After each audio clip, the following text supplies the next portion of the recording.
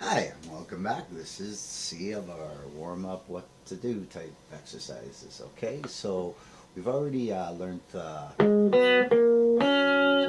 and then now we're going to move on to the third one. So this is going to be, we're going to use this finger here. Okay, I'll come a little closer. Let me see. So we're just coming down on the third string here. Okay, remember G. So we're going to go G, and that's on the fifth fret, and then we're going to come down to. So see how I'm rolling that? I'm rolling my finger, and do this slow. So no hurry. Do you see how the note goes dead when I roll my finger? Just went dead, right? This is going to teach you how to sweep pick later on too. And then got that. So 5, 5, and then 3, 4. Okay, and we're just using the G and B strings. So G string, B string, B string, G string. And now we're going to combine the three exercises we did. So again, here it is. Can you see a little better here? So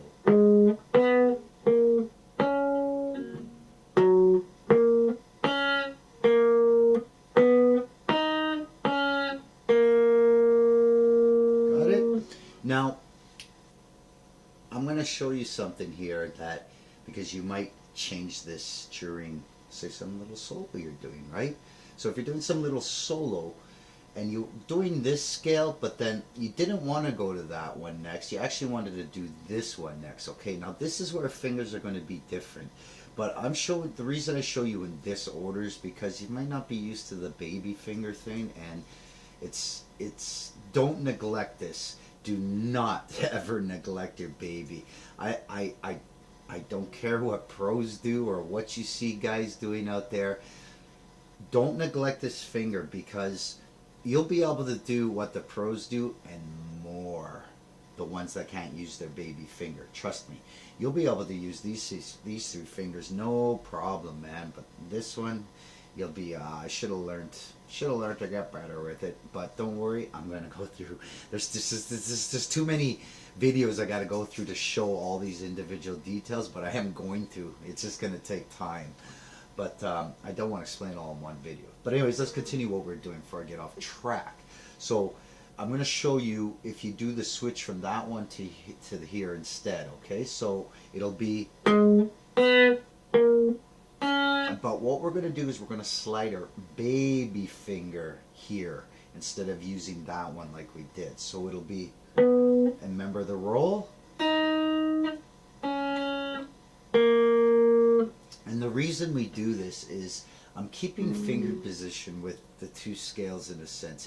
It's much better for me and more relaxful and easier for my fingers to shift and stuff like that. That's why I do it like that.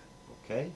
So again, I'll try this once more. We'll just go here. We'll get a see if we get a better look. I'll come in tight. So we go.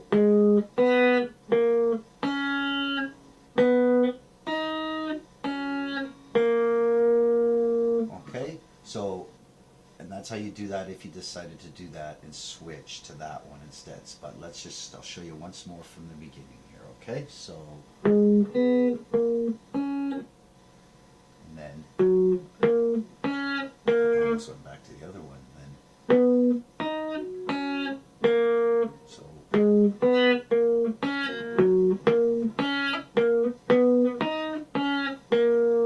you see how it's starting to sound a little more musical when you play it faster?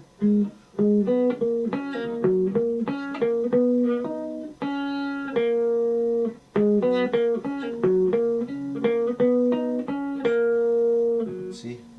You're kind of hearing, I've heard something like that before somewhere. I'm sure of it. You probably have. Very popular connection. So, again, I hope I've shown you some exercises that are connected with that are going to help you. And The reason I'm separating the videos because you need to get the dexterity of the first riff, the second riff, the third riff, combine them together type thing, right? So it might take a week, it might take two on some, depending on how much time you practice, but to get fluid with it, right? So eventually you're going to want to be able to do double hits like or triples like one, two, three, one, two, three, one, two, whoops. One, two, three, one, two, three, one, two, three, one, two, three, one, two, three. Because that's how the Francabali lessons kind of go. They teach you with triplets anyway, so you want to practice that. And you can alternate pick, economy pick, whichever you like.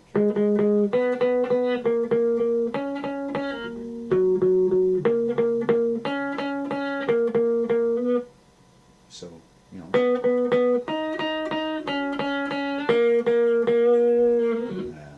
flat. Flat. Wish our singer didn't have to be flat. It's pain in a butt to tune this from standard to flat because it's a floating bridge, so he's like gonna tune it like 3-4 times. It's crazy. But anyways, yeah. So practice the triplets even if you get good at the 1, 2, doing that or whatever you're gonna do. If that's becoming easy now, start doubling it.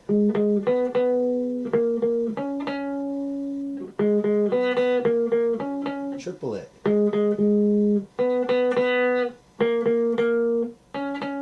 And count in your head kind of as I was doing that to show you how you can get used to triplets. Because eventually we're going to get into metronomes with all this stuff. So 1, 2, 3, 1, 2, 3, 1, 2, 3, 1, 2, 3, 1, 2, 3, 1, 2, 3, 1, 2, 3, 1, 2, 3. And then you can come back up here and you can do 1, 2, 3, 1, 2, 3, 1, 2, 3, 1, 2, 3. Then if you want to do that other one, 1, 2, 3, 1, 2, 3, 1, 2, 3, 1, 2,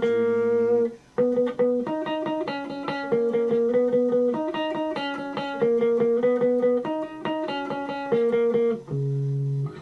So there we go. So that's it. Just practice doing those exercises I've put in these like A, B, C, and we're going to have a D, I'm sure, with it because there's a whole connection with this because you're eventually going to be doing this all the way up to here, and it's going to be all the A minor or A minor 7 scale. So, like I said from the beginning, when someone's now playing a song that's in C major or a song with A minor, you're going to be able to go from here to here and solo anything because you're going to remember where these notes were.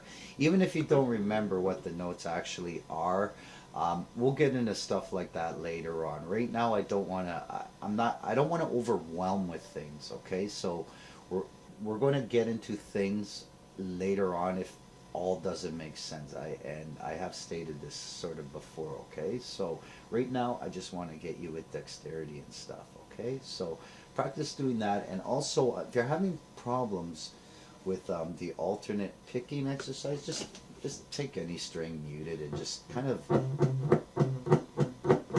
that sounds awful, eh? But just practice doing that and then move down to the next string. You know what I mean? And just get a rhythm going because realistically we're going to have a metronome that's actually ticking like this. So and you'll eventually get faster, right? For me, it's actually weird to play slow, and you're going to hear a lot of guys say that play fast when they go to play slow. It's actually harder, and it is. It's weird because when you're doing things to memory, you're going to realize that once all these patterns are committed to memory, you kind of are just going to slide and you're not going to really think about it. And then when you actually start thinking about it, it's like, oh, it's weird when I actually have to concentrate. It's like it's almost like practicing again back in the old days when I had to do all this stuff. It's weird because I'm not used to. I'm so used to doing all these other patterns from over the years of leads but you'll find your niche and your things and what works, what doesn't work. But anyways, hope I didn't gab too much in here. So hope that helps, and I'll see you in the next warm-up exercise lesson. Okay, see you there.